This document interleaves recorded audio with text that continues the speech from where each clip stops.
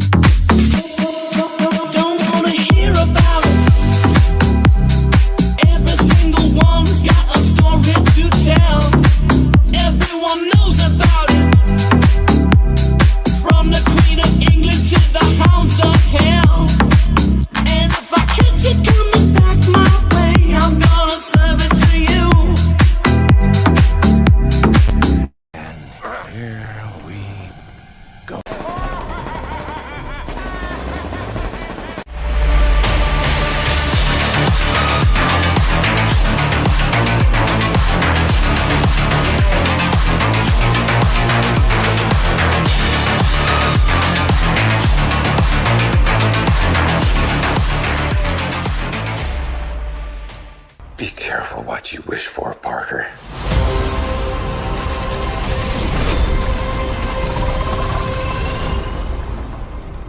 Hello, Peter.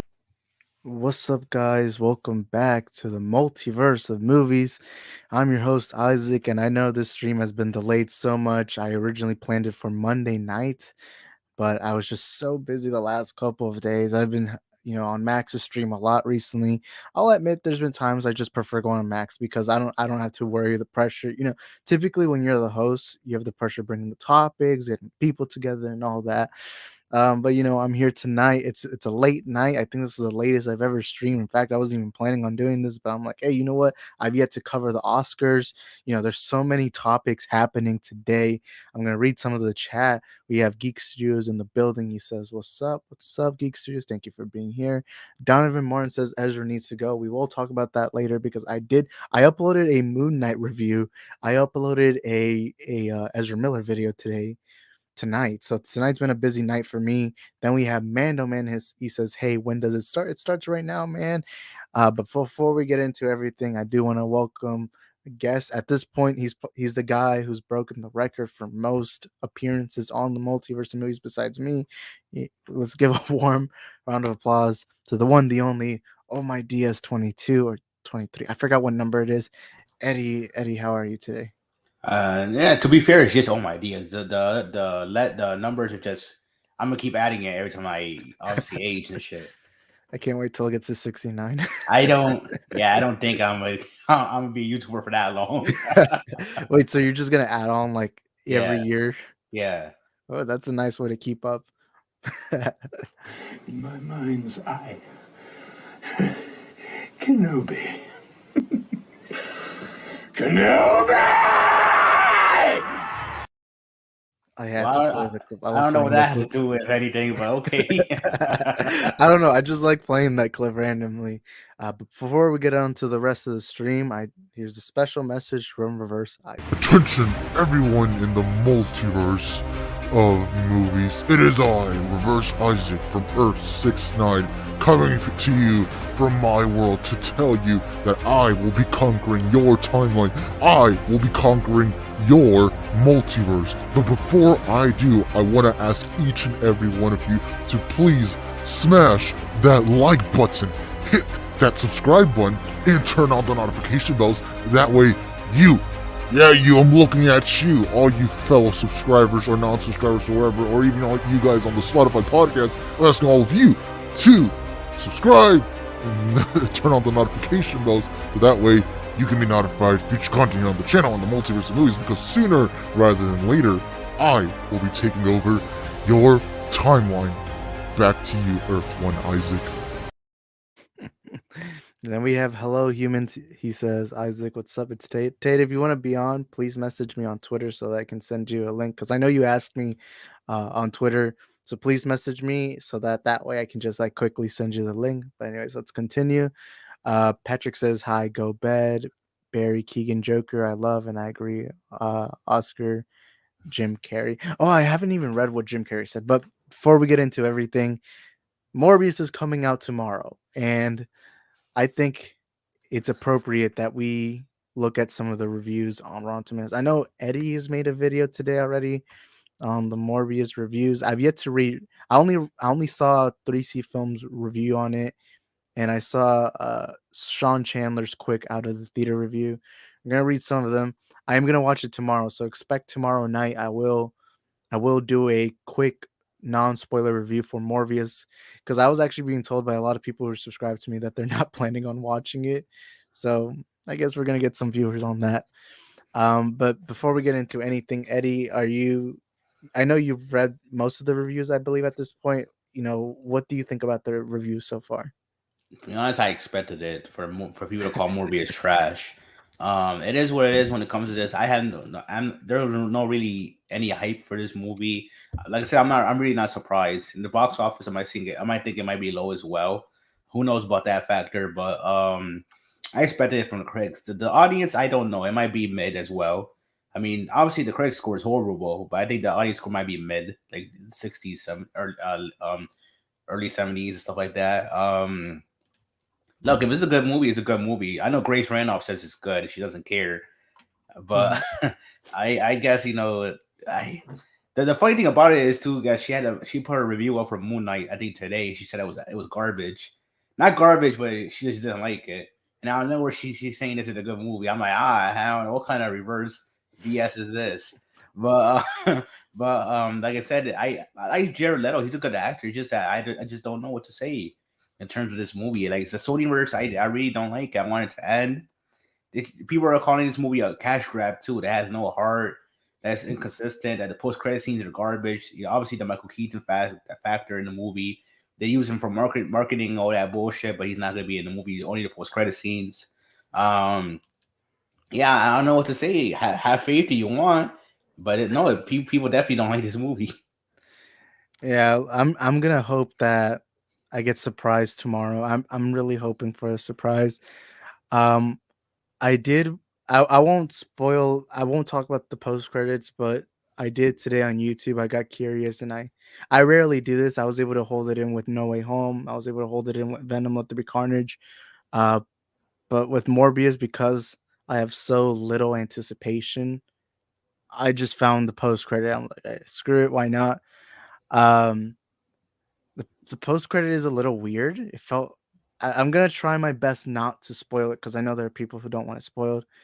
Um, it's not it's not all that good. It didn't. I mean, it's a nice fun addition, but it just felt out of place. But we are gonna read some reviews.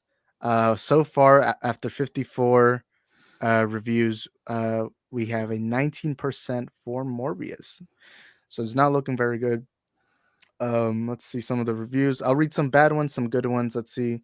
Let's see what they say. This bad one says from Barry Hurt says, if there is any justice in Hollywood, Morbius will be retconned to the margins of superhero cinema.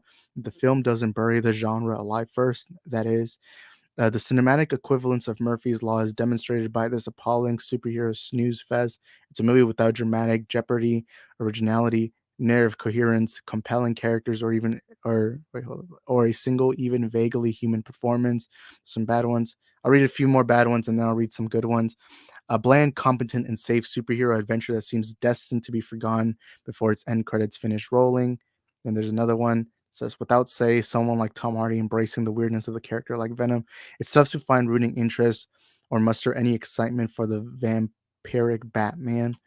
Then Doug Jamieson says, a flat dual mess of a blockbuster that commits a cardinal cinematic sin of being unfathomable, unfathomably boring. I'm bad at mispronouncing, but those are some bad reviews. Let's read a good one right here. This one's positive. It says Morbius does eventually become a cluttered slugfest, as all things must, but for much of its run, for much of its run, it is stylish, intriguingly toned story of a man trying to thwart mortality. Even the good reviews sound negative. Oh my god. Then we'll read like these two more over here from Grace Randolph. We were just talking about Grace Randolph. Here's Grace's positive review. It says, "Whatever, man. I liked it. A very good vampire movie starring Jared Leto and Matt Smith, both in top form, similar to 2009's Daybreakers, as good as a launch as 2018's Venom. Fun theater experience if you're into comic book movies." All right, that's a positive review. That's what I'm hoping. I feel that's what I'm hoping. And then this other one from Anthony O'Connor says it's actually a pretty decent premise for a superhero movie, and it's in early moments. Morbius is quite promising. It even the even the good reviews don't sound all that good. I'm just gonna hope it's the best. But let's read some comments here. We have Lit Alex. Alex says, "Yo, what's up, Alex?" And then I gotta add more stickers for the members. I feel bad that I only have two of them. I believe it's John Campia and an image of Bully McGuire. And then we have Ray in the chat. What's up, Ray? Welcome to the stream. But yeah, the even the positive reviews sound negative to me. That's one the first let me use the first Venom movie as a comparison. So the first Venom movie to me was a cluttered, weird mess of a plot. It's a weird story. It's just all over the place. But overall, I like that movie because Tom Hardy embraced the silliness. He carried the movie and he made it feel he saved that movie because I do think all of the supporting cast, everyone was just not very good in their role, and the story, everything was just cluttered. But because of Tom Hardy's performance, because he knew that this movie is overly silly, it felt like it saved it. So, the Morbius, I look at the trailers for Morbius, and it feels like it has that similar Venom weird crazy jumbled up plot. The only difference is it feels like Morbius is taking itself too serious. And that's my worry because typically, like I remember for Fast Night, so I'm a big fan of the Fast and Furious franchise. I've loved every Fast and Furious movie up until I even like Too Fast, Too Furious, and I know that's not popular. Uh, but I remember when Fast Nine's early reviews came out, there were a lot of people saying it was crazy, it's weird, it's messed up. But I because of the bad reviews, I was so intrigued because the trailer seemed like it didn't take itself serious, and that's what I was hoping for. I watched Fast 9. I had fun with it, but I'll admit it's the only Fast movie I just can't rewatch. I rewatched it quite a couple of days ago because of Ray over here. But yeah, it's a cluttered mess. Uh, I know Eddie and me have a similar agreement that we're wondering, Sony is going this anti-hero all the time. It feels like Morbius is gonna do that. Craven, Madam Web. It seems like what they're doing is they're taking the villains of Spider-Man and using like the same story over and over again. But Eddie, I don't know. I don't remember what you thought about the first Venom movie. What do you think about the first Venom movie? Do you feel like it could have any similar relations with it, or what do you think about it? I think when it comes to the first Venom movie, look, I liked it, even though I didn't want it. Like from the beginning, I didn't even care about the universe. I was saying, what's the point of this? With no Venom without Spider-Man is stupid. I still stand by that.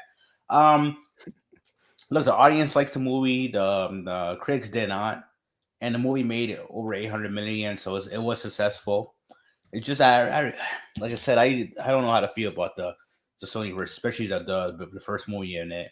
I definitely like it more than the sequel, but I don't know, to be honest. I really don't know. Like I said, this is all I see. This is just a bunch of cash grabs. Them trying to milk the Spider-Man brand while using the main character that they have access to, that they still have rights to. I like I said, I really don't know what to say. Yes, making Venom the anti-hero, or at least the hero in that story. I guess if you that's how you do that's if that's the way you want to go at it, go ahead. But I like I said, I still can't believe that they made a Venom movie. Like I don't know. Yeah, I even remember when I went to go watch the very first Venom movie. Right when the movie was ending, I think around when you get the Stanley cameo, around that time, some guy just randomly yelled, "Where's Spider-Man?" I remember that was a narrative at the time. Everyone was like wondering, how can you make a Venom movie without Spider-Man? And I think they did a decent job. Um, but it's funny because I'm more confused now than when Venom came out. Because when Venom came out, I was like, wait, we're having Spider-Man villains without Spider-Man. And that felt weird. But now it's like, oh no, Spider-Man's here. We just don't know which one. you know? And I feel like now things are more confusing. And I saw 3C Films review. I typically never care about cameos or Easter eggs. Typically, I'm just focused on a good movie, a compelling story. Uh, but one of the things that worry me is that the promotion for these movies have been, oh, like look the Oscorp building, or oh look the Daily Bugle logo. It's been so much, and then even Jared Leto in those featurettes, he's been saying, oh, the Spideyverse is expanding. It's like it's like this movie knows it doesn't have anything to offer, so it's gonna use the name of Spider-Man. But what do you think about that, Eddie? I agree. They've been using the so-called MCU brand to help them to not just Spider-Man, because obviously Michael Keaton is, in the movie. He's playing Vulture. Um, like I said, they definitely effed us over because reducing his role to a post-credit scene, all that stuff. So yeah, that's stupid. But no, they've been using that. Oh no, the Sonyverse is connected to the MCU because of Spider-Man. It's like, bro. And then the post-credit scenes have already leaked. I saw the first one. Mhm. Like I said, it's so stupid that the way they even to be honest, I don't even have to say spoilers because even the director came out and started saying this shit too. That's the funny part. The director himself is spoiling what happens in the movie. Yeah, You know how that crazy that is. what's Um, funny is, so I was taking a break from YouTube that week, and I quickly turned on the microphone. And my plan was, I'm gonna rant and I'm gonna make this video. And I did an entire like 30-minute rant about why I thought that it was stupid to have the director just spoil everything. And the reason why I didn't end up uploading it is because I was ranting so much that I forgot to change the settings to the volume. So when I was hearing it, all you heard was like you were hearing like so many weird noises, and it's like, oh my god, like it started hurting my headphones. And so I'm like, all right, you know what? People don't deserve to have their headphones die like that. So I'm just gonna leave that leave that out there. But I actually, the reason why I even knew, um like when because there were rumors before the movie started, yeah. or before the director revealed it, I mean. And I actually got it from Eddie's channel because Eddie is the fastest man on YouTube. Also, wait, when you saw my Boba Fett video, right? What Boba Fett video? The video where that guy shows up. I think I With all did. the- I think we watched it on Saturday, like on stream. I think I don't remember. Yeah, the TV was playing, and your video on that was playing while I was doing the video. But yeah, we have Bell Reeve in the chat. What's up, Bell? And then we have Dark Star. He says, "Hey Isaac, what's up, Dark Star?" And then Bell Reeve says, "Lol, how's everyone doing? We're all right. We're all right." And now we're gonna get into the Barry Keoghan scene because I've yet to talk about that. So I'm gonna try finding the scene on YouTube. I'm not gonna play the clip obviously because I don't want to get copyrighted, but we can pause and excuse me and speculate. Let's see. Hold up. So I gotta skip ad. That's the thing that sucks about not having YouTube Premium is you have to like have the ads here. But let's zoom out. All right. Let me get a perfect image. All right. So I know I'm a little late because this came out an entire week ago. I know Eddie's already had his video up for this, but the Barry Keoghan Joker scene, I don't even think I reacted on Twitter, but the Barry Keoghan Joker scene, so obviously it's confirmed that uh, Barry Keoghan is going to play Joker. Now, I'll admit, the first time I heard of that, I was like, really? Barry Keoghan? A Scottish Joker, really? Um, but after watching, I know one of my biggest hot takes of all time is Eternals is my favorite MCU movie. And I thought Barry was great in that as Droid. I think he's a talented actor, and I've always said this: when you cast an actor in a certain role, the main priority should be if they're talented or not. Um, and also, Cylon Scotty says, "I can't I can't live without premium now that I've had it. Hey man, that happened with me with HBO Max because I got HBO Max before they had that bottom tier where it's like you have the ads, and I had the chance to lower my price, but because I got so used to living without ads, I just decided, screw it. I'm gonna pay a little more without ads. Um, and also Alex brings up a good point. For some reason, StreamYard's not popping up his comment. Alex says, "Very bold casting, and I'm here for it." And that is true. It's an incredibly bold cast. And also, let me add Alex as a moderator because he's a good guy. But anyways, it is a very bold casting. Now, the scene itself. First, let me talk about the scene, like on should it had stayed. Now, you guys have seen my Batman review. I've done part one and part two of the spoiler discussion. I've said this before, and I'll say it again. The Joker scene in the Batman was the only part that I'm glad that I wish had been taken out. I think the movie is overall great, but the Joker, that quick scene at the end with Arkham Asylum was the only scene I didn't like.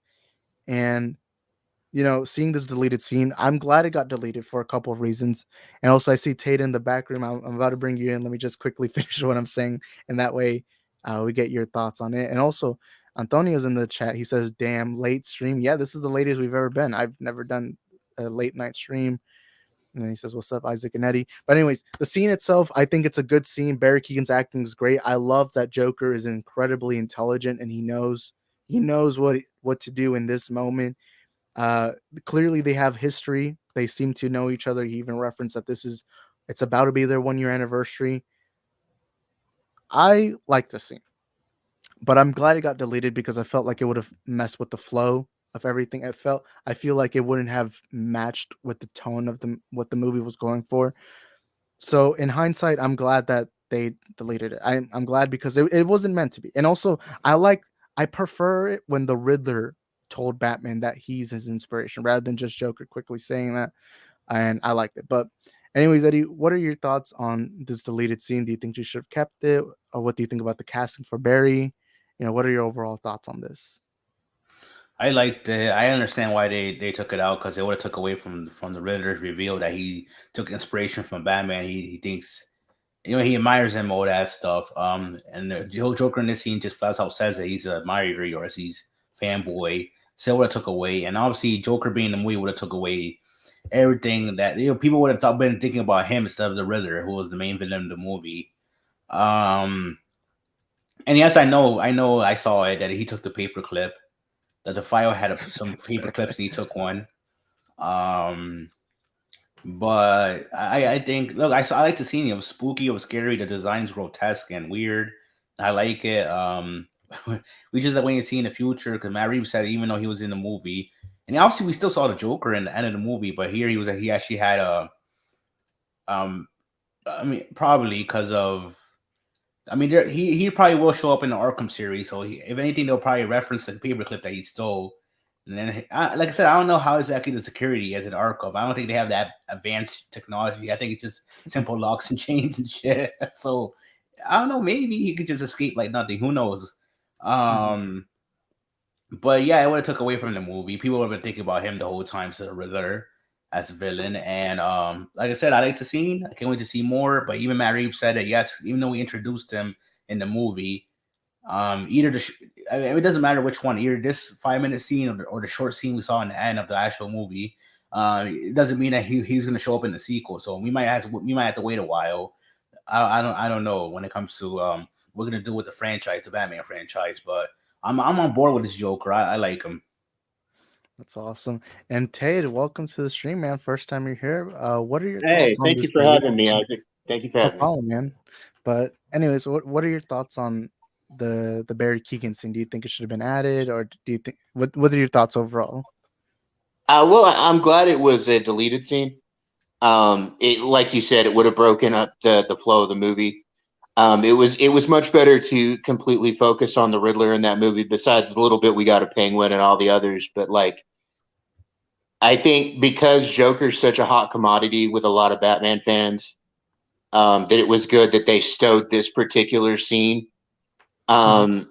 because again, it would have taken away from the flow. It also kind of gave it, a little bit of uh, Silence of the Lambs vibes, really. And when you're going for a movie that's like kind of based on Seven, you don't want to throw, you know, Silence of the Lambs vibes on top of that. So I completely understand why they deleted this scene. Now, as for I'm a major fan of the Joker. He's one of my favorite supervillains in comics, Mhm. and just in my line of work, I'm in the mortuary business. So, what's up, Alec? Um, so the way his scarring's done here is very indicative of somebody who would have gone through like a chemical burn or whatever, like Joker was supposed to be. Now I know they say he's a little deformed too. That was in Matt Reeves' notes or something like that. But he said the deformities were mostly around Joker's mouth. The rest of this looks like chemical burns from an accident. So the way they've done the burn scars and everything is very, very real. Very indicative of how a person would look having gone through that major bit of chemical burns and everything. I like his overall attitude, and I just happen to like Barry Keoghan as an actor anyway. So I think he does. He gives him a real creepy vibe, just like the Joker's supposed to have. So yeah, it's an interesting. Yeah, Fade the Mortician. Yeah, you're right. I do hope that they have this scene on the Blu-ray. At least give us that scene and everything in the deleted scene stuff. But beyond that, no, it was good as a deleted scene. So yeah. Yeah, I completely agree. And yeah, I forgot to bring that up, but the design, the look, I like how, I always appreciate when creators change something from a character who's already been used a lot, whether it's Batman, Spider-Man. I always appreciate when they give their own take. And I do love that this Joker, he's not like Heath, who has like a mysterious background and more has face besides like the scar. He's a normal human being, or like Joaquin, who you see his like background and how he struggled and how he became Joker, or like Jack Nicholson, who's more well, he's the chemical one with the smile. But I do like how Barry's like, he looks almost. I do like how Matt Reeves did bring up that point that this Joker was born with like a condition that makes him smile, and ultimately he believes that the joke was played on him.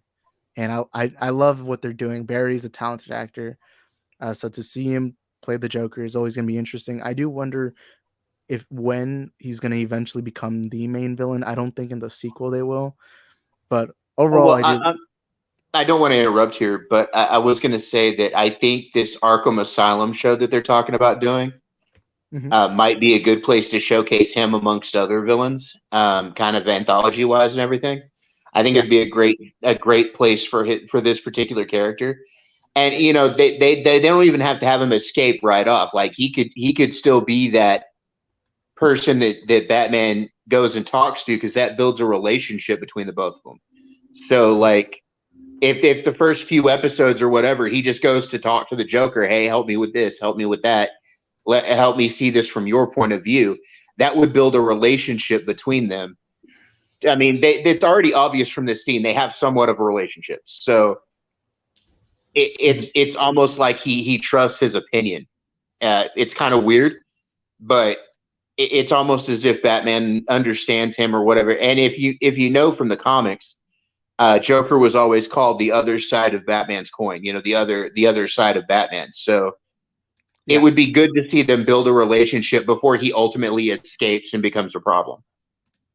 Yeah, I agree. And you notice in the ending, although I don't like the scene specifically, but in the ending of the Batman, um, they do show that Joker's. It seems like they're teasing Joker to be like better than every other villain, kind of talking to him all that. And I do Yeah. like that. But let's move on to the next topic today, and it's an interesting one. Let me bring it up here. And the Flash Speed Force scene, a scene that many Zack Snyder fans love. This scene won, what was it called? I think it was Best Fan Moment among Spider-Man No Way Home's 3 Spider scenes. Avengers Endgame portal scenes, and I forgot what the other one. Do any of you remember what the other scene was? I no, but I could look that up really quick. All right, thank you. Now let me actually try getting to some comments. I'm always bad at catching up to comments, but he says Daniel Martin says I could kind of hear his Irish accent come through. Maybe this Joker is a Boston native. Well, it's kind of like Harley Quinn. She has kind of like a Brooklyn accent, you know. And then Alex says, I really hope they add it on physical media release. If not, I'll be very disappointed. Yeah, I hope they add it. I mean, I'm fine if they don't, but Blu-ray often has, deleted scenes. Why not add it? And then Daniel Martin says, yeah, it does seem like they already have that established relationship. Then Daniel says, Spider-Man No Way Home, but I don't know what the scene was. It was supposed to be when the three Spider-Men are swinging. I believe that's what the scene was. But yeah, the Speed Force scene. Oh crap! I accidentally zoomed out. But the Speed Force scene, a lot of Zack Snyder fans were celebrating. How this scene got appreciation in the Oscars. I love this scene. Oh crap! Did I get a phone call? Never mind. But I love this scene. I think it's a beautiful scene. I love that it got so much love. I know some people are asking, how did it go ahead of Portal scene? How did it go ahead of the No Way Home scene? Honestly, I love this scene. I do. To me personally, it is my favorite scene amongst. It's not my favorite scene in Zack Snyder's Justice League. In Zack Snyder's Justice League, my favorite scene is still the one when Cyborg Victor is talking to his mom in the car, and they have like that emotional scene together, talking.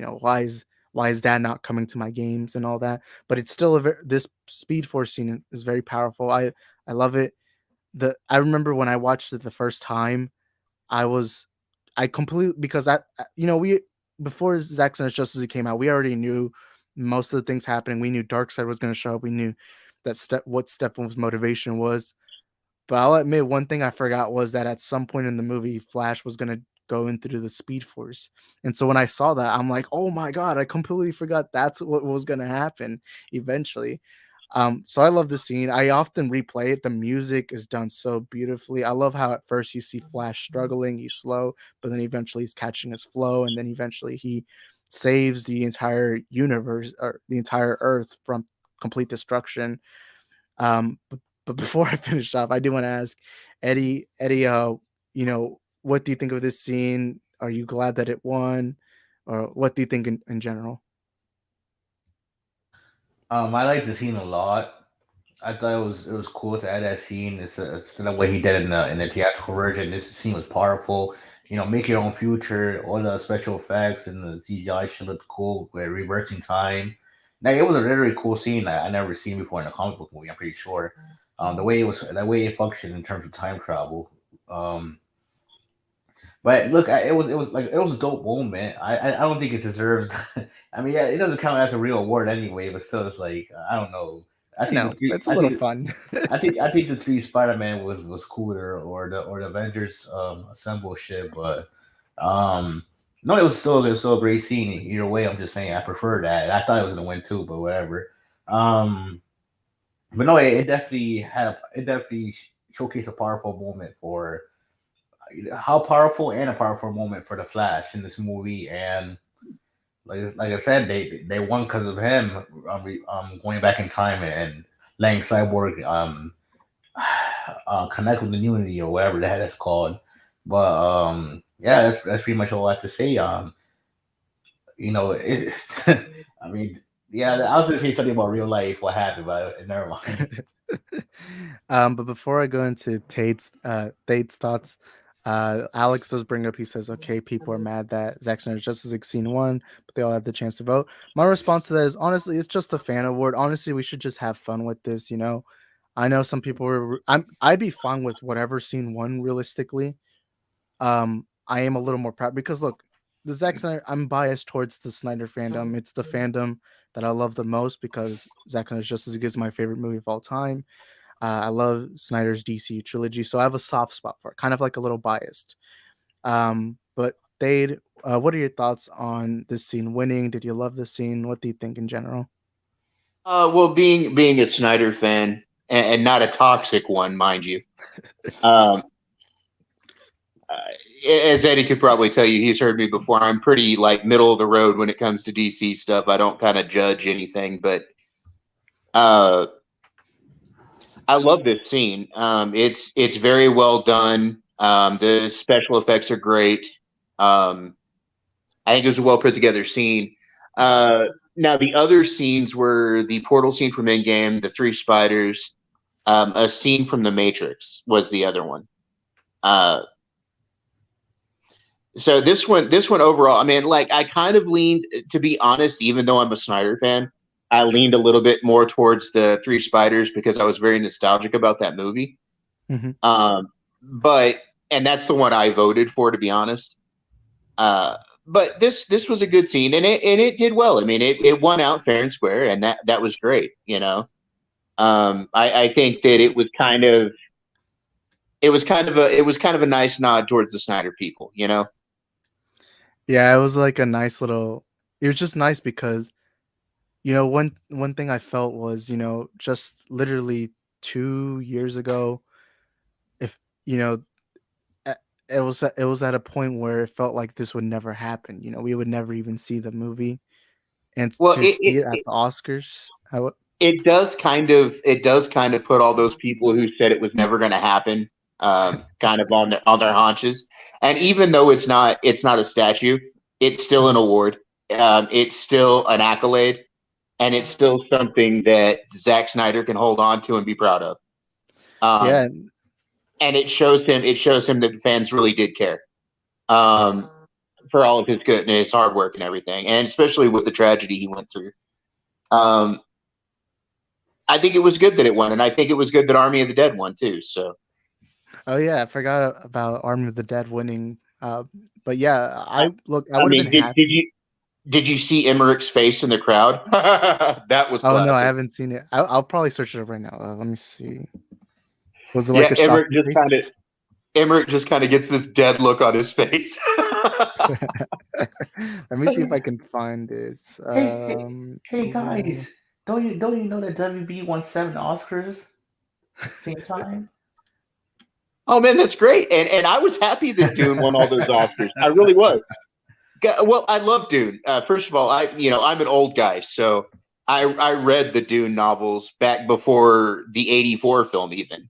So, like, I love the idea that this version of Dune won a bunch of Oscars. Now, being that said, though, that's only half a movie. We don't have the second part of that movie yet. So, was it a good thing that it won? Of course. And that's even more accolades for WB. Not that I really want to give much accolades to the higher ups of WB, but it's good for the creatives involved in that movie, to be honest.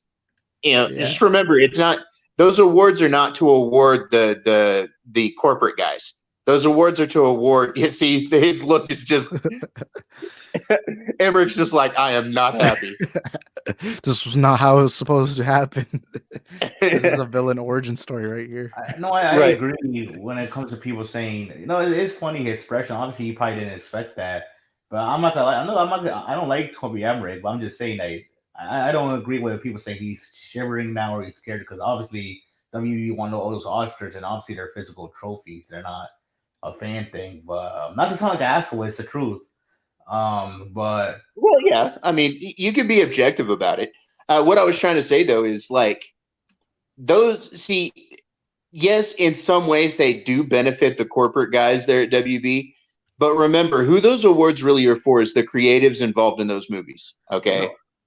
I agree, but obviously since they're productions from WB, they obviously get the recognition for it well, yeah, those movies being released under their company and stuff. Yeah, and to be honest though, these guys are on the way out, so it really doesn't matter. Yeah, they're going to be there for the transition, but probably by the end of the year, middle of next year, these guys are all going to be gone. Maybe. So I don't know. They're. I mean, it's already pretty much. Discovery's already talked about who they're wanting to put in those places. So,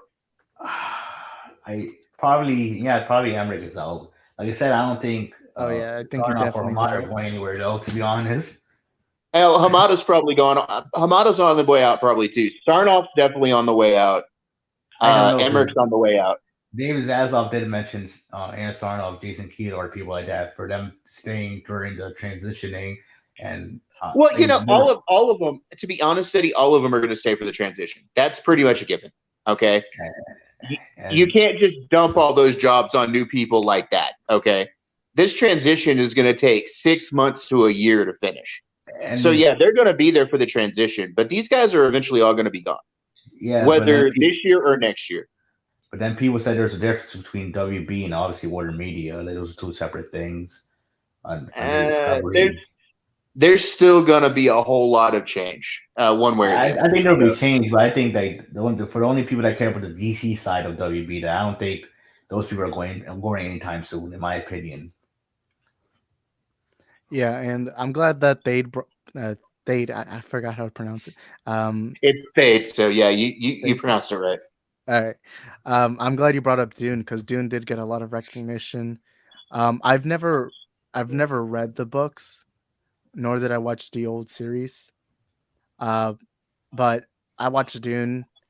Originally, I wasn't planning on, even though I did love the trailers. I was planning on just watching on HBO Max, but I don't know why. I just had the sudden urge to go watch this in theaters, I and went I and gotta saw it in say, IMAX. So yeah, and I saw it in a theater, and I gotta say, specifically because of the audio editing, this is a theater movie to me. I'm oh so yeah, glad I've watched it in theaters. Even though so I was planning on reading the books, but I feel like I'm gonna wait until after part two comes out. But the movie was really good. I have a Blu-ray copy of it over there. I, Timothy Chalamet, Josh Brolin, Jason Momoa. There were so many talented actors. And Denis Villeneuve, definitely was. It was a movie that surprised me. It was one of my top 5 favorite movies of the year. And eventually when Dune Part Two comes out, I will bring in Thade to talk in because you've read the books. yeah. Um, and I'm looking forward to Dune Part Two. Like I'm gonna be there, Well, like when the tickets get announced. Huh? he plans. Villeneuve plans on doing not just the second part of the first story. He also has a plan for a TV show based on the Bene Gesserit sisters Mhm. on HBO Max. He also has plans if the second part does well, which it probably will because that's where all the action is going to be. Um, that he has plans on doing the second and the third book as well as movies. Mhm. That's what he's got. It was what he's got treatments for at the moment.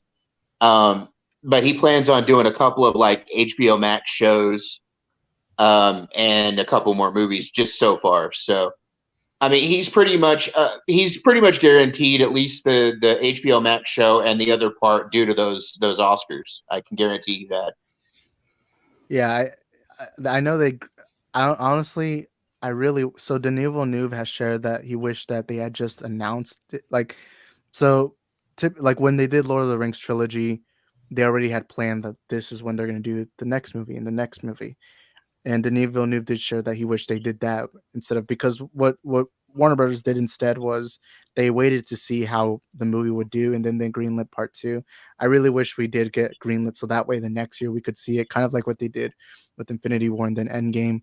I really wish they did that. But one thing I do want to bring up is I always like it when movies have little details. And one thing I like about Dune is when they're stepping on sand, you hear like boom, boom, boom, and you never notice how loud they are and how The important it is not to be vibration, loud. yeah. Yeah, and That I that's I actually loved that's it. actually a big thing from the books, the vibration, because it draws the Mhm. worms. And the what the dune was covered in what they call drum sand, and that's why it does that. Why it does that? It the sand is packed in a way that it does that because of the way the worms travel in the sand. So there's always a vibration. It's how the worms travel. Mhm. Um, and that's why the Fremen have to walk in a certain way. There's a style that they call step slip, step slip. It's where they step with one foot and drag the other one. It throws off the drum sand. So that's why they walked a certain way in the desert. That's why they didn't make as much noise when they were crossing the desert. And that'll become more of a thing in the second part of the story. They'll talk more about that. Yeah, and since you read the books, may I ask? I know this is spoilers, but if you answer this, but does Josh Brolin's character survive? Yes. Yeah, there's always that rule in movies that they say if you don't see their death, it means they aren't really dead. And when he just ran off and disappeared, they imply he's dead, but obviously since they didn't show it, so hey, at least we got some confirmation here. But let me try getting to some comments. Kavari says Army of the Dead was trash. I think it's not my favorite Snyder movie, but I thought it was a good enough movie. I enjoyed it. It was pretty well shot. I do like that idea of having zombies being more advanced than the average zombies. But what did you guys think about Army of the Dead? We'll start off with Eddie. I thought it was a good movie. I remember giving it an 8 out of 10. You could tell he definitely had full creative freedom when it came to that movie because all the shit that was in there. Um, I think he did a first. He did a fine job with the first movie, and I guess in the franchise now. I thought it was interesting. A heist movie, zombie. It was a heist zombie movie in Las Vegas and all that stuff. And I like the characters. I like the cast of the movie. And like I said, the concept was definitely interesting. And there's lots of things we don't know about the lore and backstory when it comes to the zombies and something about time travel, parallel universes, aliens, like robots, and we definitely don't. It's so crazy that all the shit he thought of. But we're gonna have to wait a while before we see any of that stuff. Because I mean, stuff like Army of Thieves didn't really touch on it at all. Because it was before the events of the movie, and I think Planet of the Dead obviously will, because it's called Planet of the Dead for a reason. So some crazy shit's gonna happen. The cartoon show might do something. I don't know. But no, Zack definitely has a full fledged franchise when it comes to the Dead universe, whatever we're gonna call it. But no, Army of the Dead was a good first step. I don't think anyone overrates it. I just think people just think it's a good average movie. I know some people call it garbage. I've seen it before, which is I don't really don't care. I'm not gonna fight for that movie. But yeah, Well, a so lot of to to say. be truthful, Eddie, a lot of people call it garbage because they don't like Zack Snyder. Um, I I could kind of see where people say that, but at the same time, it's like look, I did see one video. I think it had like a million views when it said the title was like when you give a creator too much creative freedom, and obviously they were talking about Army of the Dead. I agree. They definitely it reminds me of Sucker Punch when they just let him do whatever the fuck he wanted, and look how the movie turned out. Uh, so I understand how there should be some restrictions when it comes to stuff like that. Um, Look, the movie is good. I think it's good, but it left so much stuff. We have nothing about the lower backstory. We just get right straight to the plot. Some of the characters are kind of I wouldn't say bland, but there's nothing to them when it comes to some of them. Like they're just there just to be there to hang around. There's some inconsistencies when it comes to how the zombies act and all that stuff. Like I said, the concept is definitely cool as hell, and I'm definitely on board with the franchise. Personally, I am. But I think yes, there are some people who just hate him just to hate him. But there's other people who are saying, well, you know, maybe you should just stick to DC. Like I wouldn't, because even before DC, Snyder has a history of just his movies being average to slightly good. They when it comes to critics and general audiences, people yes, there's a minority of people that say it's excellent with that stuff. Wait, But may I ask you something real quick? Did you Mhm. like 300? No, I thought the 300 was good. You liked it? Yeah, because Yeah. I noticed like with the general audience, that's probably his most popular movie. Uh, but yeah, My favorite movie aside from the DC stuff is probably Dawn of the Dead or something. I think you guys can guess what mine is. But Can you anyways, guess? Dade, what did you think of Army of the Dead? for a spiritual continuation of Romero's Dead series, it was pretty good. It was a great idea. And whether people know it or not, that he was continuing from a lot of what Romero did with Night of the Living Dead and Dawn of the Dead and all of that.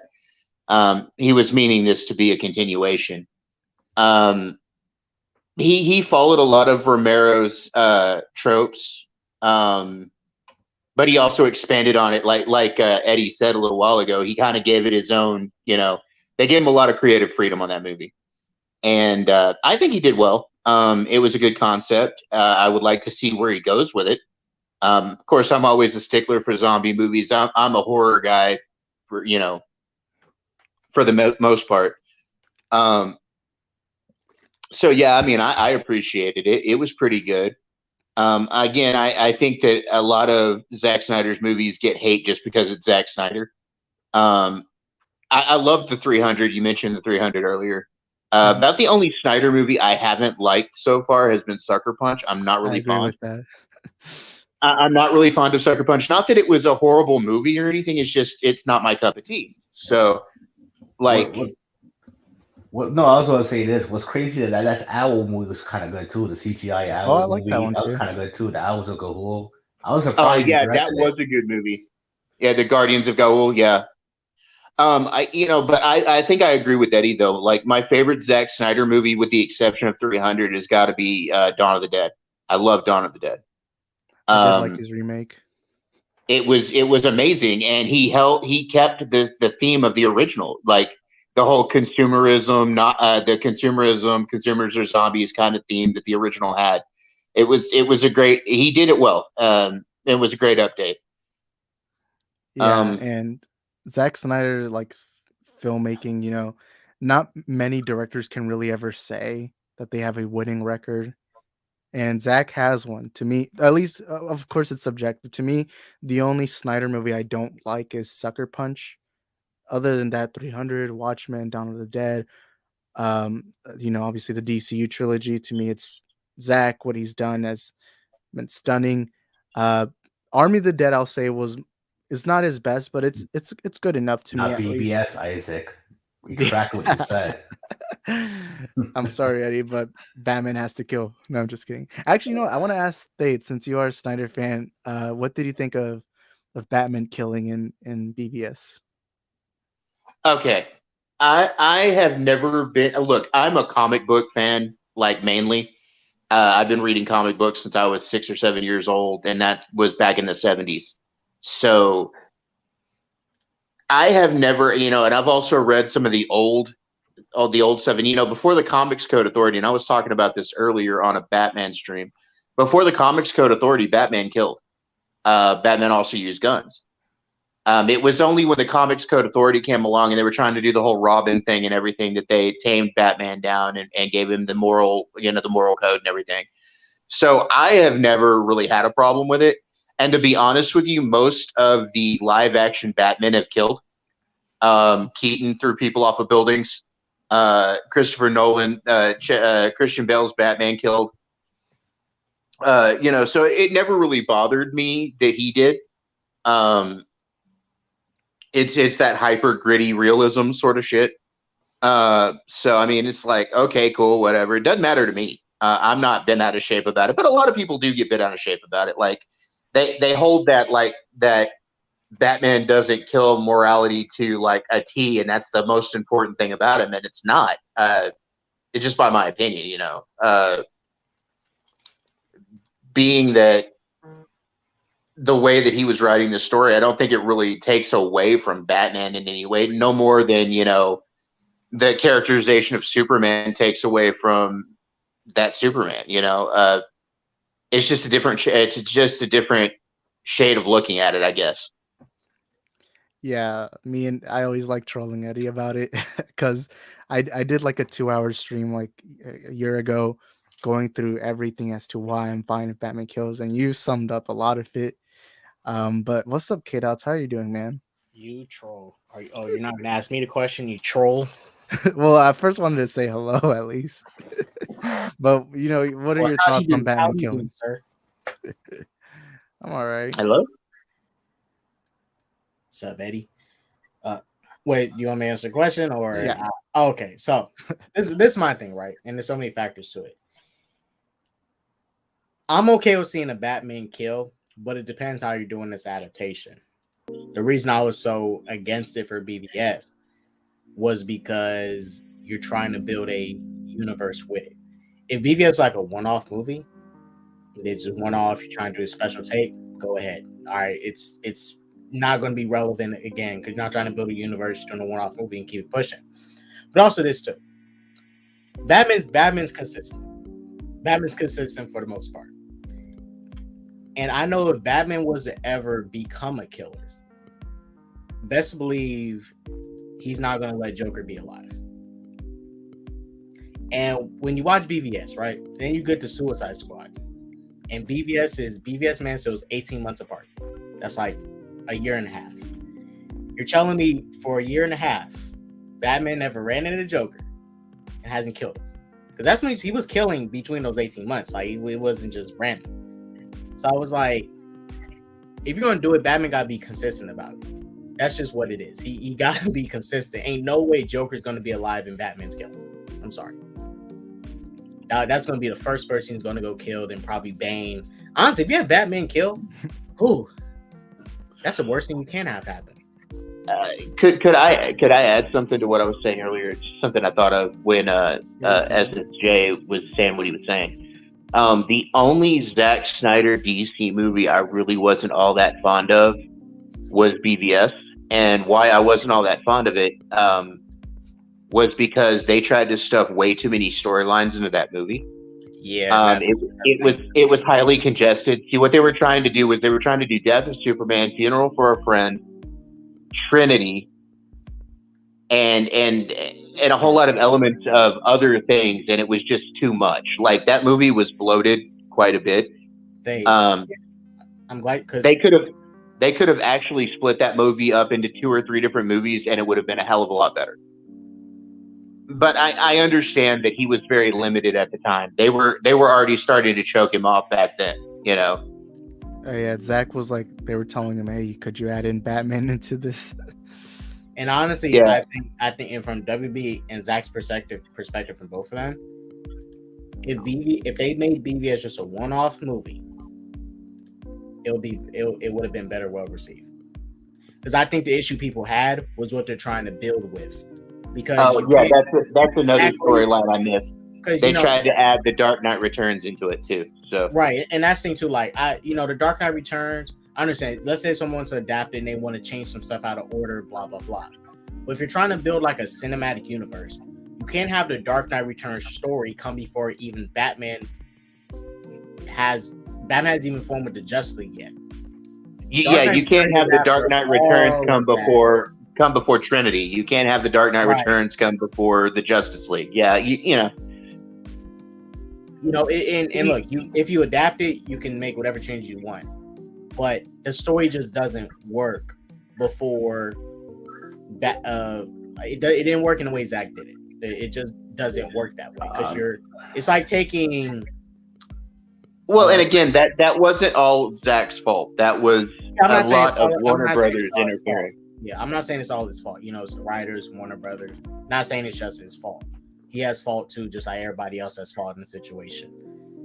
But the way they structure that story, that you cannot build a cinematic universe with that.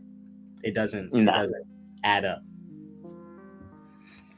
I know Eddie was gonna say something. Eddie, what were you gonna say? Oh, Eddie's gonna trash BVS, man. Look, I think it's average now. But I know back then I would have called it something else. But I won't lie to you. The first time I watched BVS, I was a angry little nerd. I hated the movie, but throughout the years, I ended up loving it. Well, I have to say, I just saw the extended version of it like a month ago, and I prefer the extended version way more than the theatrical. But beyond that, also another thing I hated about BVS, Eisenberg is not Lex Luthor. He's an intriguing villain. I will give him that, and he does like that spastic, frantic, kind of half crazy. He would have been a better Riddler than Lex Luthor, in my opinion. Like, he just wasn't Lex Luthor to me. Yeah, I can see. I'm honestly, my position. This is more in general when it comes to comic book accuracy. I'm fine with changing things. I'm fine with Lex Luthor's character being changed because he is much different than Jesse Eisenberg is not anywhere near my top 5 favorite Lex Luthors, but I did like what they did. I overall like BVS. I'm fine that they went with Dark Knight Returns before the Justice League ever got formed. I'm fine with that. But that's my general thoughts. And I always like trolling Eddie. Like, I'll always ask him, like, what's his favorite gun that Batman should use. But let's get into more controversy right now. the Will Smith slap that I've yet to talk about. And I know it's old, I guess it's already happened. It's been a long time. Not really a long time, a couple of days. But most YouTubers do it like the day it happens. The slap. Before I get into my thoughts, I'm going to let the panel talk first. Who should we go? I'll let K-Dots go first. All right, K-Dots, what do you think about the slap? Yeah, I don't got much time, but I'll try to be as quick as possible because they better go to work. I'll say this.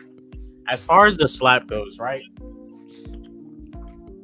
I understand why Will Smith did what he did. Not saying it was okay to do it in public like that in front of everybody. This situation is making me lose respect for Will Smith or even Chris Rock, right? Because, you know, I'm looking at it from a bunch of different variables. I'm not just looking at it from like, you know, it's clear black and white, because it's not. There's always more to it. This was clearly an outburst from Will Smith. This was him holding in stuff these past couple of years and lashing out. Not saying that's good, but when I look at it like this, Will Smith to me is a good, positive individual. You know, like from what I've seen these past couple of years, I've never seen him. He's not like a Jake Paul type of celebrity. He's not like a, you know, he's a very respectable individual. You know, he's humble too. He tries to, and he doesn't go at people. He doesn't talk bad about anybody really. You know, had the word Aunt Viv situation, but they resolved that on the thing. And when you pick at someone, especially people who've been attacking the Smith family for years, they've been bullying his children, talking bad about them this whole time. All that stuff builds up, and then you add on the Jada Pinkett Smith situation. People call him a cuck, a punk, all this stuff. So you're going to make someone like that explode. And he exploded. Not saying it's okay, but I understand why he did this. And I don't think Jada coerced him into doing this. He's a grown man. He chose to go up there and slap Will Smith. He chose to go up there and slap Chris Rock. He chose to do it. Jada didn't manipulate him. He chose to do it. And also, I'll say this too. You can laugh at a joke. There's nothing wrong with jokes. Like, you guys know me. You guys probably heard it. I'm okay with any joke. But I know myself. I know the right time and place to say certain jokes about certain things. Certain things. Like, you know, I know when to hold back. I know when to keep my mouth shut and say certain jokes in certain settings. Because I know to expect negative and positive backlash from it. If someone hits me over a joke, they shouldn't be hitting me for it. But I'm gonna defend myself. But it depends on the joke I said, the timing, the situation, how I delivered it. There's so many factors into it. But, you know, at this situation, honestly, I don't care about it too much to be disappointed in anybody or mad or truly care. I really don't care about it. Like, I'm kind of just moving on. It's just, I don't know why the internet cannot. It's like people act as if they are Chris Rock News in the situation. It's like a man just got slapped. Let's move on. Like, if people act like Will Smith assaulted somebody or whatever, this is about the Oscars I didn't like, and because they're just inconsistent like many other companies and people. If you guys remember years ago, there was a Native American woman who went on stage to accept the Oscar back in the 70s, right? I saw it. And John Wayne had to be held back by 6 people. Because he was going to run into the crowd and slap her. He was going to run up on stage and slap her. The Oscars didn't escort him out. 6 men held him back. They didn't escort him out or nothing. He was going to try and assault that poor Native American woman on stage. And look, to me, the Oscars always been trash. I watch the results. I don't watch the shows. They're boring. You know, they're these supposedly prestigious events, and they're clearly not. And I'll be honest, I think these events need to be a little bit more prestigious, in my opinion. I remember when Ricky Gervais went on there and did his old political rant. I'm like, dude, keep your nonsense here. I don't care about your political rant or whatever. Like, keep that to yourself. We're at the Oscars. We're to watch people have their awards presented, you know, and accept their awards. But this is about the movies. It ain't about how you feel about other people's political views or all that stuff. I didn't like when Ricky Gervais go up there and do his little rambling and all that as a comedian. But, you know, I feel like these events should be a little bit more prestigious. That's all I'm saying. I'm not saying you can't do comedy, but they should be a little bit more prestigious. Just saying. Like, honestly, they should have less comedians and get up there and introduce this stuff. Because it's clear these celebrities cannot handle it. You know, and I know Jada Pinkett Smith says she can supposedly handle, she doesn't care what people say, but actions speak louder than words. She does care. And she was offended by the joke. I'm not saying she needs to toughen up about it, or she has a right to be offended by the joke. But, you know, it's like I said, I understand everybody's perspective on the situation. But I'm not against Will and I'm not against Chris. It's like, if y'all don't know, I'm looking at it as a black man too. This is normal for us black men and stuff. Like, this ain't, you know, Will's not tripping about it and Chris ain't tripping about it. If Chris really cared, he would have pressed charges. He doesn't care. Chris probably knows why Will did it anyway. And we saw them hug and make up. I'm not sure if y'all saw that video where they hugged and made up. Yeah. Yeah, they hugged and made up. Like, it's all good now. You know, we'll be there at the next Oscars to see those boring. Watch the next boring Oscars. If he doesn't get suspended. But anyways, I'll let Thade put his take on it. Thade, what did you think about the slap? Okay, I have a slightly different view than K-Dot does. Okay. Hey, it's all good, man. You know, and I'm not trying to be offensive or anything, and I will try to be very much not offensive. I don't want to get your channel in trouble, Isaac. But a lot of this does rest on Jada.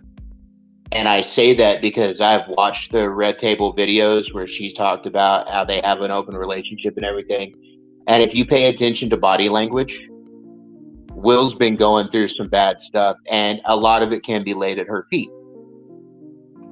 And I say that from experience because I was married to a woman, and while I was in a hospital after I had a car wreck, I spent nearly a year in the hospital after a really major car wreck, and I had the same thing happen to me. And I was in a relationship with this woman for 8 years, and I was very much a man, just like Will Smith. But when you love a person very deeply, and when you have children with them, it's very hard just to speak your mind and walk away. Okay, regardless of what you're going through as a man. Okay. So that slap was not about Chris Rock. That slap was not about Chris Rock's joke even. Okay. That slap was about a tipping point for Will Smith. Okay. Will has been going through it. He's had jabs at his family. His wife has humiliated him in a lot of ways. And I say that just by watching his body language during those Red Table interviews. She showed no remorse for their open marriage.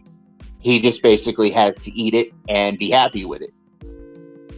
And there's a lot of emotions that go through your mind when something like that happens to you. Okay. I'm not going to sit here and call him a cuck. I'm not going to sit here and give him a hard time because I can't do that based on my experiences. Okay. That being said, I think he needs to get himself some psychiatric help and some therapy, because doing this without therapy, dealing with these emotions, dealing with this pain and anguish going on in your mind is not a good thing. Okay. Because you will never be able to deal with it just on your own. Okay. The days of telling a man to man up and deal with it, those days were toxic as hell, and they're still toxic now, and they were toxic in the past. Okay. From the perspective of having this happen to myself, I say that I don't blame Will for what he did, but I still think it could have been handled in a better way, a more honorable way. But when it comes right down to it, what are you going to do in the moment? Some of that was pushed by Jada.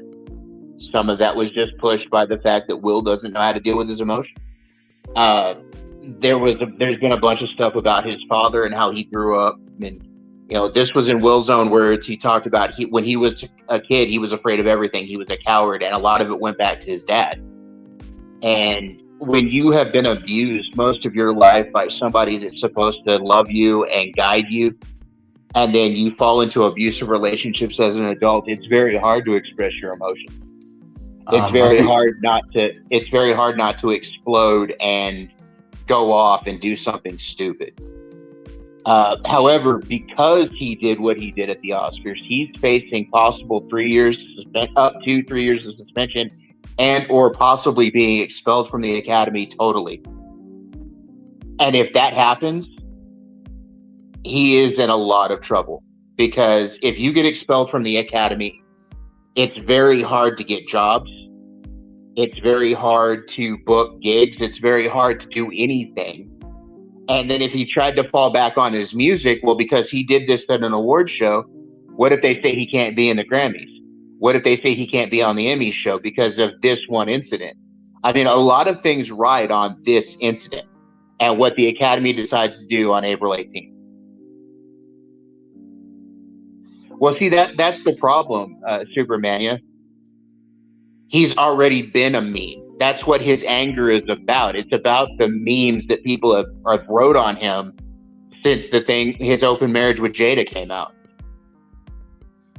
It's the memes. It's the constant picking. It's the people, it's the internal feelings where you both feel sorry for yourself, but despise yourself. You feel like you're you're not worth anything.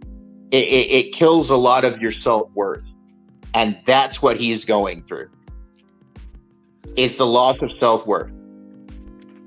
Yeah, and before I go into Eddie, I'm glad you did bring up the masculinity part, because, most men, including me, growing up, you're told you're not allowed to be emotional. You're not allowed to cry. You're not allowed to. Basically, you're told you're supposed to be a stone. You feel nothing. And I'm glad you brought that up. And I do see that's probably affected Will. And I think to a lot of men, that's affected so many men. There's been so many abusive relationships because of it. A lot of men have committed suicide because of it. And it's always something that it's close to me when I see a man lash out. Because let's be honest, most men are very fragile about their ego or their mindset. A lot of, like, if you offend a man, their first thing is to, like, punch you or something like that. I am glad that you brought that. But Eddie, what did you think about the slap? What are your thoughts on it? Yeah, I was surprised when it broke that he slapped Chris Rock. Everybody, because I was on a stream, everyone was like, Me too. the Oscars. I'm pretty sure you were on the same stream with me. Yeah. The Oscars went to call it the feed of the show, and people were screaming or something like that, and I was like, hey, what's going on? And then I had to wake up to this Monday morning. I was asleep. I slept through the Oscars.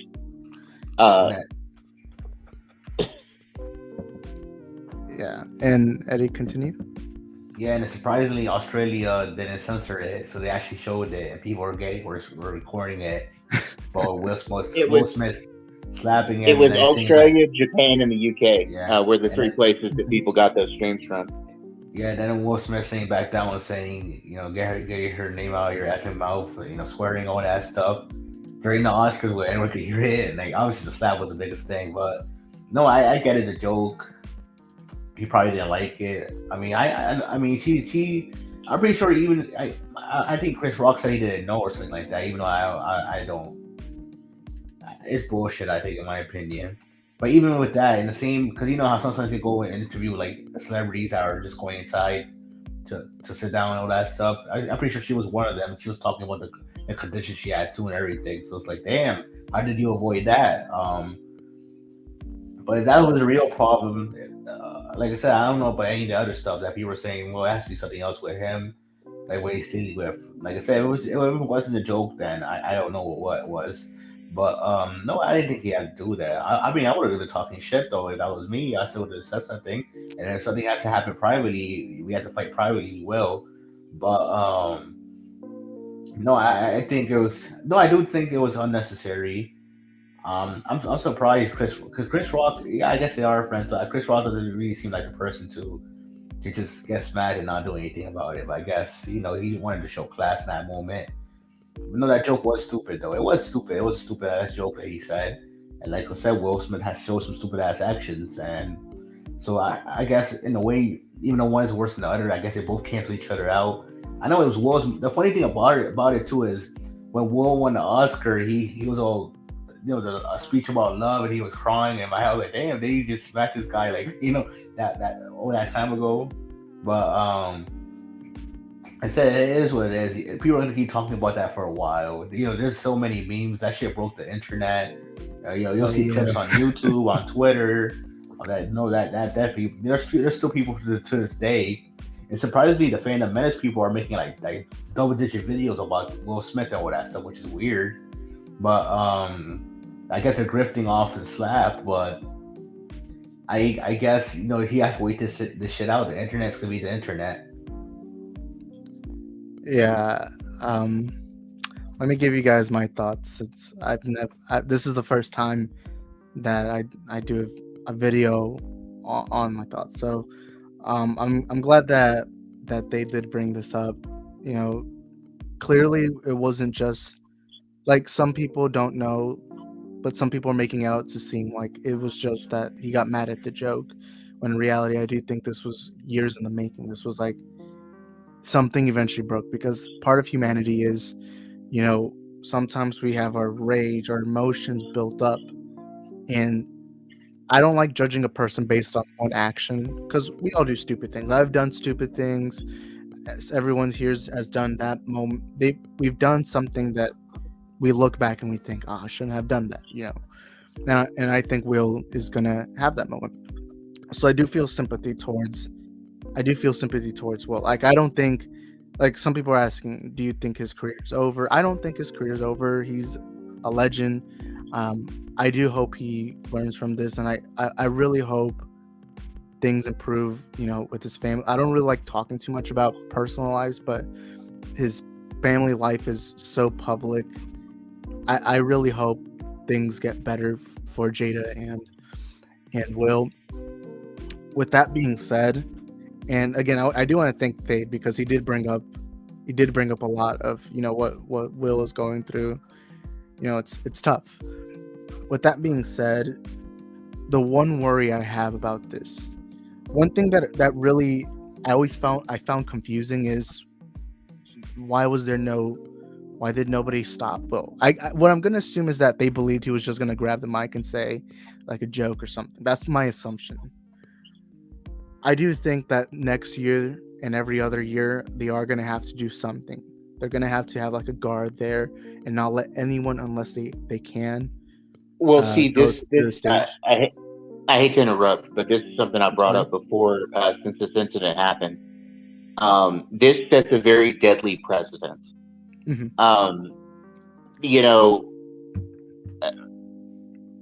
Comedians that are to this level of being comedians, and I've done like amateur stand up at my local comedy clubs and stuff, and it's very possible to get the shit slapped out of you for a joke at one of these comedy clubs. Okay, there's not a whole lot of bouncers of security in the way of people just walking up on stage and jab slapping you over some bullshit. But in this case, this sets a very bad precedent. I mean, comedians are taking hits anyway here lately in the media from people getting upset about jokes, people being so sensitive these days. And this right here, if they don't give Will Smith some consequences here, this is going to lead somebody else to have another bit like this and haul off and try to harm a comedian over something they say. And that sets a very bad example. Yeah, I was going to bring that up. What were you saying? The Academy of Arts and Sciences has to do something about this in some way, form, or fashion. Yeah, I don't think they should take his Oscar, and I don't think they should expel him, but a suspension for a year or two would do the job. Yeah, I agree. I do think Will should face some form, like what you brought up, whether it's a year or 2 years of suspension. Because look, like you said, if nobody does anything about this, what's going to happen is we normalize assault, because whether we want to deny it or not, Will did assault a man live on TV. If any one of us did it, we'd be in so much trouble. But because Will is a very popular celebrity, a lot of people were like respecting Will and all that. To me, Will should have never gone up there to assault. And I'm glad you brought that up, because I will never do comedy in my life, because I have a lot of social anxiety. I would never be able to go up there, because comedy is more than just being funny. You also have to, timing and everything, and you're there for quite some time. And I don't know if you guys watched the John Campea show, but Chris is was a comedian, and she said that at one point she made a joke and some guy tried to assault her and wish death upon her because of a joke she made. And I do think I made a joke at a club one night, and as I was heading to my car after the show, I had a guy get in my face at my car. So it's a problem. People get way too sensitive about something that's supposed to be, comedians walk a fine line because we're supposed to make you see the absurdity of life and bring you out of it, to show you how things are just absurd and silly, and it's supposed to like ease your mind, not cause you to lose your mind. Mm-hmm. It's a way of letting go of like tenseness and everything else, and that's why comedians say the things they say. That's why they're edgy. That's why they hit at things. It's not because we're honestly trying to make fun of you. It's a way of lessening the tension. But like people can't like divide that from thinking that it's all about making fun of people or hurting people's feelings. There's a preponderance of thin-skinned people in these days, and it's becoming a problem. I mean, yeah, you're seeing comedians have to apologize for what they're saying. You're seeing people like assault comedians now. I mean, it's not good. Yeah, and I agree, and that's the fear now, that Will Smith has just normalized this, or maybe not normalized it just yet, but now there are people watching this thinking, hey, if a comedian ever makes fun of me, I can go up there and punch him or something like that. And that's something I do think a lot of people are so sensitive. Everyone has the right to be sensitive, but you should also know what the job of a comedian is. They're just there, like you said, relax the tension. You're just there to have fun, and that's a worry. Well, it's a lot like what we do here on these panels and stuff. Okay, sometimes we get people in the chat that don't agree with us, or they clown us, or they troll us, or they say some stuff we don't agree with. You have to kind of like separate your personal feelings away from what the chat's saying to you. You know what I'm saying? Like, I haven't agreed with everything the chat said tonight, even on this show, but you don't see me yelling at them or screaming at the chat. That's not, first of all, it's not my show. Second of all, it's not my place. You're allowed to have your thoughts. If you disagree with me, that's fine. But I'm not going to rise to the occasion and start a fight over something silly, Mm-hmm. I mean, I deal with it, I'm part of Point Extra Lounge, and I deal with it over there all the time. Like, not all of us on the panel agree all at the same time, and you get like, there's heated debates. There's hard feelings. There's, I had to eat crow earlier myself. Something I said backstage to some of the Point Extra Lounge people, like, I said something and it seemed like I was talking down to some of the people that are younger than me. That wasn't my intention, but I apologized for it. And I explained, it's just, I'm 47 years old. I'm a father. Sometimes I'm trying to guide you. I'm not trying to bash you. It's inflection. It's the way you say things. And sometimes you just have to go, okay, you don't agree. I don't agree. Let's agree to disagree. Yeah. And I think people, entertainment. Yeah, and I think people have lost the ability to do that these days. Yeah, and I do want to remind everyone, at the end of the day, these are, there's been times I've had heated debates. Eddie knows for the last 2 days I've been debating a lot on Max's channel. And we're always going to debate, but the important we have to realize, especially in this movie community where we just talk movies, I think it's important we realize these are pieces of entertainment. And at the end of the day, whether we disagree or agree, we have to understand this is entertainment. We're here to have fun. We're here to just talk movies and all that. And the worry thing about what Will Smith did is, now there's probably going to be another assault and another and another. And I always hear this people saying that Chris Rock disrespected Will. I don't think Chris had malicious intent. Do I think he should have made the joke? That's not what to me is important. To me, what's more important is Will assaulting a man in front of everyone, and he didn't even get escorted. That's something that frustrated me. How did he not get escorted? If it was any one of us, even some of the actors, like if Andrew Garfield had done that, I'm gonna assume he would be kicked out because Will has that level of power. And again, I do feel so much sympathy for Will because he has gone through so much shit that it's devastating. I would never be able to go through that. That would be tough on me. I won't lie.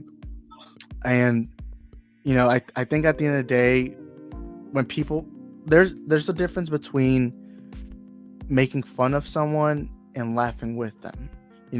Like I make jokes about people sometimes, and people make jokes about me. Like, for example, I'm overweight. I like making jokes, and if someone makes a quick joke, I'm fine with that. The only times it becomes a problem is if you're repeating it so much to the point where it gets kind of annoying. That's like the well, only it's like time. I get called a boomer a lot, even though I'm Gen X. People, like, okay, boomer, and it's like, okay, I'm not a boomer, I'm a Gen Xer, but yeah, cool, But like, you can't take this shit seriously, man. Like, too many people, like I said, they get thin-skinned or they think you're talking down to them, and you're not. What do you say there? Oh, he said. Yeah, they did. I was going to bring that up. They did ask him to leave, but he refused. Now, the thing I say about that, though, is, dude, you guys are running the event. Get security in there and remove him. Call the cops and remove him. That's kind of that's kind of the academy having a fall down there. Like, if you want the guy gone, have him removed. Yeah. He obviously assaulted somebody on television in front of millions of viewers. Mm-hmm. Remove him. If you're having a problem removing an actor, then what are you doing? If you can't control your event, then what are you doing? Especially if it's just one guy. Like, I don't know how you can't just hire like 2 or 3 big I mean, they have security, obviously, but I think it's not a good excuse. It's not a good excuse to say, oh, he refused. I mean, if I refused, they would kick me out easily. And also, James Taylor brings up something. He says, Will did not assault anyone. Chris Rock supporters are delusional. All he did was slap him. He should be well, I mean, slapping is assault. That's assault. If I was to slap Eddie right now, you guys would consider it assault. You can try. I mean, you can get a restraining order on somebody for far less. Yeah. You can get a restraining order on somebody because they raised their voice at you. I mean, that's an assault, dude. Regardless of, they consider sometimes harsh words assault, okay? It was an assault, regardless of a slap, a punch, kicking him in the balls, whatever. It's an assault. Skin contacted skin in a violent manner. It's an assault. It's assault. It's like, I see some people saying, oh, well, if it shouldn't matter because Chris Rock didn't feel any pain or whatever. I mean, the reality is he still did it. And for all, if let's say, he was close enough, if he could have, because seeing that the security clearly wasn't doing their job at that moment, if Will potentially decided, hey, you know what, I'm gonna punch him, he could have potentially killed him. Potentially. Yeah, a bad fall that could have cracked his head on that stage. Mm-hmm. Even a strong, fit person could die from that fall. Yeah, and it's assault either way. It doesn't matter if it's just a slap or a punch, and again, like a kick in the balls, like you said, it's still assault either way. But let's and to see. and to answer Daniel Martin, the end of comedy roast. God, I hope not. We need comedy roasts.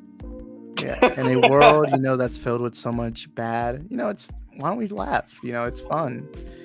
And that's one of my worrying. I had a guy a while back. He's always negative about everything. And I was on a stream, and I'd been on a stream with him. And I just asked him one day, I was like, hey, man, can't you be positive about something for once? I was needling him. I was trolling, And the guy turned around, I don't like you. I don't like you criticizing me. And I was like, what's wrong with a little criticism? He goes, well, can I criticize you and you not have a problem with it? I said, sure, criticize me all you want. I'm not afraid of criticism. And the guy honestly acted like I killed him. Like, he was like, well, never talk to me again. And I'm like, I bet, like, if you're going to be bent out of shape about me saying, hey, man, can you be positive? Then, dear God, I don't want to deal with you anymore. But, that being said, it's an assault. Mm-hmm. Will handled it badly. There's no denying it. But I understand why Will handled it the way he did. Sometimes you cannot control what you're going to do. You just can't. Sometimes you make a snap decision and it's a bad decision, but you have to pay the consequences for what you do. If you don't, that sets up bad precedent. Yeah, and I do want to use an example of mine. So when years ago, I used to get into fights a lot.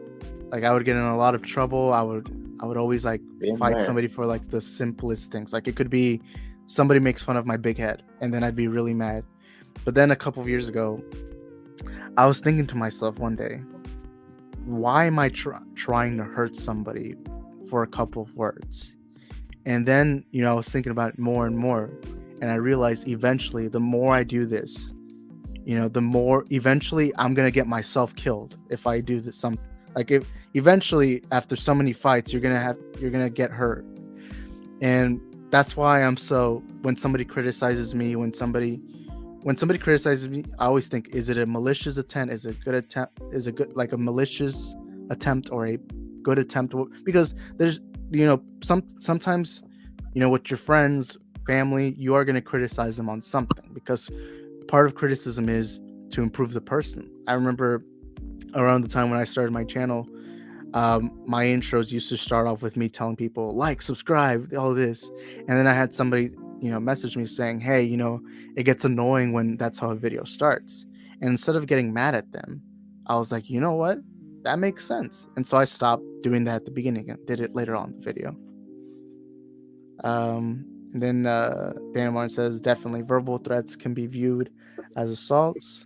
And Kavari says a 5-year suspension from the Oscars seems reasonable.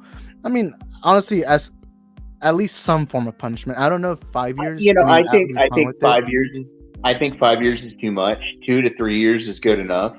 Yeah. And I was going to say, where I used to be in the Fandom Menace camp. Okay.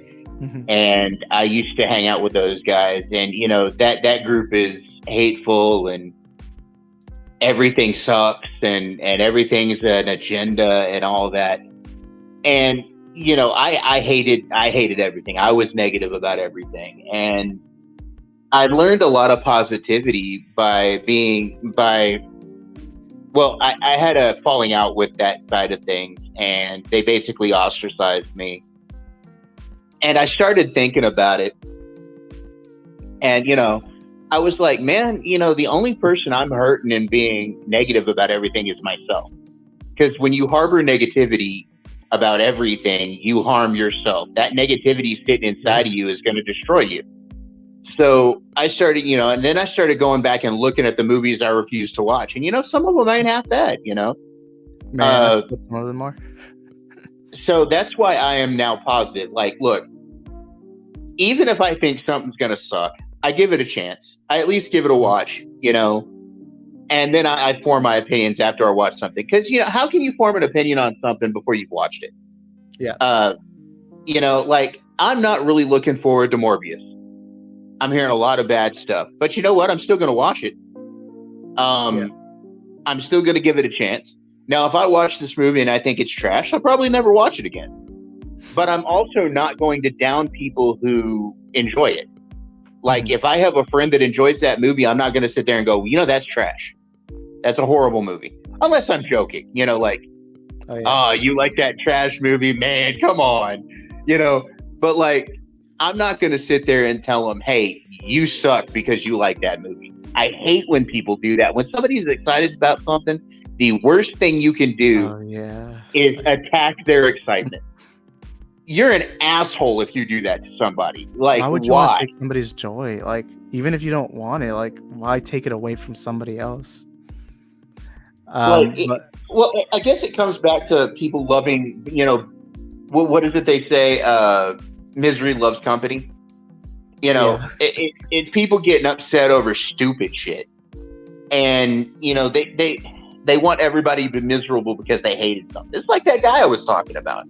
Like, everything, dude. He hates WB. He hates Disney, and everything they put out is trash. And I asked him, I said, have you watched any of this stuff to be able to call it trash? And he's like, why would I watch that trash? I said, then you have no right to attack it. If you're not willing to watch a thing, then how can you make a good judgment on it? You know? Yeah, and I was never fandom menace because honestly I didn't know, but I used to subscribe to a lot of people whose channels would just be complain. I remember for years I hated like Brie Larson. I thought Star Wars was woke, all that, and I used to like be so big on just finding anything and hating it or trying to hate it. And you know, I think after a while I just realized, you know, that hate gets boring. I want to love stuff. And I even had something similar. So my channel, I think back in 2020, around 2020 to 2021, early or mid 2021, around that time, my channel was majorly more Zack Snyder. Like it was always movie talk, but it was like it would always shift to more Zack Snyder because it's like my favorite stuff to talk about. And around the time I reviewed The Suicide Squad, I had a lot of messages sent to me saying, you betrayed Zack Snyder. How dare you go support Warner Brothers and all that? And I'm like, dude, I want to watch Suicide Squad. I'm still going to support Zack Snyder. Obviously, hashtag restore the Snyderverse. But at some point, it's like, why can't I go watch these movies? I'm a DC fan. Like, I love Zack Snyder, but I'm more of a DC fan than I am a Zack Snyder fan, even though I do love his work. It's like our mutual friend Enosh, you know. He was a major player in the Snyder fan, but you know, in the Snyder Cut fandom. He was one of the movers. He was one of the guys pushing it and all that. But even he says, man, you know, just because you want one thing doesn't mean you can't enjoy all of it. You know, dude, I've been a DC fan since way back. You know, like, and you know, there's been things I've liked and there's been things I haven't, and there's been years where I didn't touch a damn DC thing at all. There's been years that I was totally Marvel, you know. There's been years where I didn't touch any Marvel at all and was totally DC or Star Wars or what have you. And you know, I just want to make a point out of this. I'm an older nerd. We can tell. I remember back in the days. You know, I remember back in the days of the 80s and 90s where, you know, nerds had to band together, regardless of what they liked or hated of each other's stuff. Nerds had to band together because we were hunted by the jocks, you know. Revenge of the Nerds. Yeah, we had to band together or we were, you know, put in trash cans and stuff. Not that anybody ever put me in a trash can because I played football, and even though I was a nerd, I was a jock. So, but like, you know, it used to be if you were a nerd, you were nerds with your fellow nerds. Now that being a nerd has become mainstream, there's too much tribalism involved. Like, it's not my place to tell you what to like. We should celebrate the fact that we like anything at all. Like, yeah, you like what you like. I like what I like. We're both nerds. Let's celebrate being nerds and liking nerdy shit. Like, what's wrong with liking something that's not exactly what's in your wheelhouse, you know? I'm not fond of new Trek, but I'm not going to go off on my friend Brian and tell him it's horrible. You know? You know, and you probably know the Brian I'm talking about. Yeah. You know, he loves that stuff. And you know, I love that he loves that stuff. It's not for me, but he loves it, you know, so I'm not going to tell him he's wrong. There's things that, there's still things I don't agree with, but I'm not going to tell you you're wrong for loving them. I mean, what? How is that my business to tell you what to love? Why is it my business to tell you, oh, that's trash, you shouldn't love that? Well, why not? Like, that's on you, That's on what you choose to love. And I mean, hell, I'm even willing to sit here and listen to you yammer on about things you love, even if I don't, because that makes you happy. Seeing people smile is what makes my day, Yeah. I'm a comedian, for fuck's sake. It's what I do. If you laugh, I'm happy. But like, I don't know, man. I don't get all the negativity. I don't get all the hate, man. Like, why? Why? Being angry all the time screws with your health. Like, I'm old as it is. I don't want to die any quicker. You don't want to get those white hairs faster. Oh, look, man. For 47 years old, I still have a head full of black hair. I'm not losing my hair. And there's a reason for that. It's because I try every day to find something to fucking smile about. Life's shit, dude. Like, life's hard enough. It's hard enough to hate something that you should try to enjoy. This is entertainment, like you said earlier. Why are we hating? Like, yeah. Entertainment is there to get us away from the way the real world fucks us. Like, we've been on the brink of World War III for 2 months now. All this stuff that's going on, all the real shit that's going on, the pandemic, the people, the riots, the people fighting each other, the possible civil war in our own country, man. Like, all of these things are shitty enough than to come and try to enjoy something and get told I'm an asshole for enjoying something. Like, what the fuck, man? Can you not escape the negativity? It's like, find something to love and love it, but love it with your whole heart. And don't tell somebody else they can't love what they love with their whole heart. It's bullshit, man. Like, Jesus Christ. And I know I'm on a soapbox and I'm ranting. I'm sorry, but like, that's fine, man. I always like it when people talk. It's like, open up your mind, expand your thoughts, stop being closed-minded, enjoy something, because life is short. And I've seen way too much death in my life. I've been in the mortuary industry for 15 years now. I see death on a pretty much daily basis. I see families grieving. I see people hurting in their heart from losing people, from not being able to have closure. Why do I want to go home and hear somebody tell me I'm an asshole because I like Star Wars? Disney schmizzany, okay? Like, Disney sucks. It's a horrible corporation. They're horrible people that run that company. But you know what? They put out some awesome shit a lot of the time. I think Kevin Feige can do no wrong, okay? Does that make me a bad person or a Disney simp, quote unquote? No. It just means I found something to fucking enjoy, Like, what the hell, man? Like, it's like, stop being so. There you go, hug it out, bro. Like, yeah. That right there is more of a beautiful scene than you will ever know. Yeah, 3 completely different camaraderie right together. There, man. That's togetherness. That's nerddom. That's friendship right there. They're the 2 older Spider-Men are holding on to that boy because he's lost everything. Yeah, and I don't like the Star Wars prequels, but I have a lot of subscribers here who love the prequels, and I never hate. Like, I'm like, hey, I wish I had that experience. I wish I also loved it like you did. And I was there for the originals. Okay. Yeah.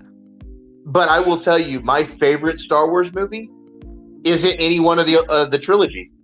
My favorite Star Wars movie is Rogue One. Oh, that's nice. My second favorite is a prequel movie. My third favorite is an original trilogy movie. My fourth favorite comes from the sequel movie. I think I can guess which one's your second. Revenge of the Sith. Which one? Damn straight. Yeah, most people it's my favorite of the prequel, which I just I think the coolest Star Wars shit that I've heard recently, though, there's a Star Wars YouTuber that does what if stories. Mm-hmm. And this dude just did a 3-part, and he's about to do a 4th part to it. A 3-part series on how what if Ahsoka raised Luke and Leia. Sounds interesting. Dude, that story blew my mind, bro. And it's still going. He's going to do a part 4 to it. And it's an amazing story, man. I like asking what if. I like asking, well, what if this didn't happen? Or what if this happened? Or, you know, I like taking our nerddoms and like flipping it on its head, you know? Yeah. And, you know, that's the beauty of fandom. You know, we're all unique. We're all diverse. We all have a different, you know, we all have different experiences. But the beauty is, no matter how different we are, no matter what differences, you know, whether we like Star Wars, Star Trek, Matrix, whatever, at the end of the day, we all come together. You know, we just enjoy stuff. We get excited for Zack Snyder's Justice League or whatever. You know, that's I think that's something that more fans need to start appreciating more often, because I feel like, and like you said earlier, so many people want to fight each other and be in each other's throats that we forget why we're even here in the first place, you know? But I do want to thank Daniel Martin, sends in a super chat. He says, thank you for taking away the distractions of real life, fellas. Thank you, Daniel, for supporting the channel financially. I do got to play the super chat clip that I have. I'm a superhero! I'm a motherfucking super... But thank you, Daniel. I just want to say on behalf of Isaac, thanks for donating, brother. Every little bit helps YouTubers, you know. Some of us don't. Some of us do this as a hobby. Some of us, I don't know, it's a little close to the best, you know. You never know what a person's situation is, but thank you for supporting my buddy Isaac here. He's a good guy. Yeah, thank you. And to be honest, me and Isaac kind of rubbed up on each other kind of earlier.